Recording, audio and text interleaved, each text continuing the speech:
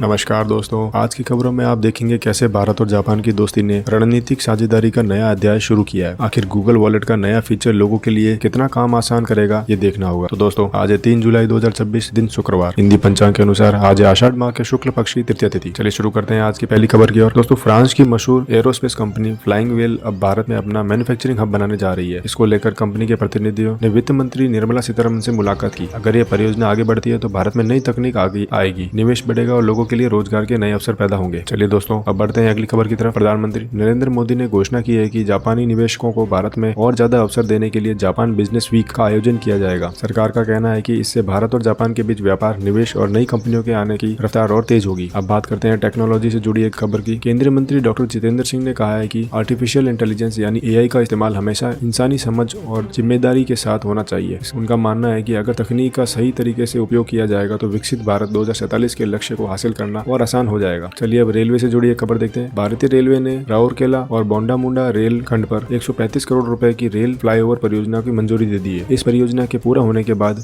मालगाड़ियों की आवाजाही तेज होगी, ट्रैफिक का दबाव कम होगा और रेल नेटवर्क पहले से ज्यादा मजबूत बनेगा। दोस्तों, अब बात करते हैं ऑटोमोबाइल सेक्टर की। प्रधानमंत्री नरेंद्र मोदी और जापान के प्रधानमंत्री साने तकाइची ने वीडियो कॉन्फ्रेंसिंग के जरिए मारुति सुजुकी के नए अत्याधुनिक प्लांट का उद्घाटन किया। इस नए संयंत्र में आधुनिक तकनीक का इस्तेमाल होगा, जिससे भारत में वाहन निर्माण को नई गति मिलेगी। चलिए बात करते हैं पर्यावरण और इलेक्ट्रॉनिक वाहनों से जुड़ी खबर की। केंद्रीय मंत्री भूपेंद्र यादव ने कहा है कि अगर भारत को दुनिया का बड़ा इलेक्ट्रॉनिक मोबिलिटी हब बनना है तो हरित विकास और मजबूत इंफ्रास्ट्रक्चर पर लगातार काम करना होगा। सरकार का फोकस प्रदूषण कम करने के साथ साथ इलेक्ट्रॉनिक वाहनों को तेजी से बढ़ावा देने पर होना चाहिए। अगली खबर की ओर देखते हैं। सरकार और उद्योग जगत के प्रतिनिधियों ने मिलकर आयुष सेक्टर को वैश्विक स्तर पर आगे ले जाने के लेकर चर्चा की। बैठक में आयुष उत्पादों के निर्यात को बढ़ाने, नई रिसर्च और इनोवेशन पर खास जोर दिया गया। चलिए दोस्तों, अब जानते हैं कर्मचारियों के लिए राहत भरी खबर। श्रम मंत्रालय की पहल से लंबे समय के चल रहा बैंक कर्मचारियों का विवाद आखिरकार सुलझ गया। उम्मीद की जा रही है कि अब कर्मचारियों को बेहतर सुविधाएं मिलेगी और कई लंबित मामलों की जल्दी समाधान होगा। अब बात करते हैं भारत और जापान की दोस्ती की। भारत जापान के प्रधानमंत्री साने तकाइची ने कहा है कि भारत और जापान के रिश्ते आने वाले समय में और मजबूत होंगे। दोनों देशों ने भरोसा जताया है कि व्यापार, तकनीक, रक्षा और कई अन्य क्षेत्रों को मिलकर काम किया जाएगा। प्रधानमंत्री गरीब कल्याण अन्न योजना के तहत अब लाभार्थियों को पहले से बेहतर गुणवत्ता वाला चावल दिया जाएगा। सरकार का कहना है कि इस फैसले का फायदा देश के 80 करोड़ से ज्यादा लोगों तक पहुंचेगा और उन्हें बेहतर गुणवत्ता वाला राशन मिलेगा। फिलहाल इस भाग में चलते हैं अगली खबर की ओर। भारत और जापान के बीच रक्षा, व्यापार, तकनीक को लेकर कई अहम समझौते हुए। दोनों देशों ने साफ कहा है कि आने वाले समय में रणनीतिक साझेदारी और मजबूत की जाएगी। आंध्र प्रदेश से नई ग्रामीण रोजगार योजना की शुरुआत की गई। इस योजना के तहत लोगों को साल में 125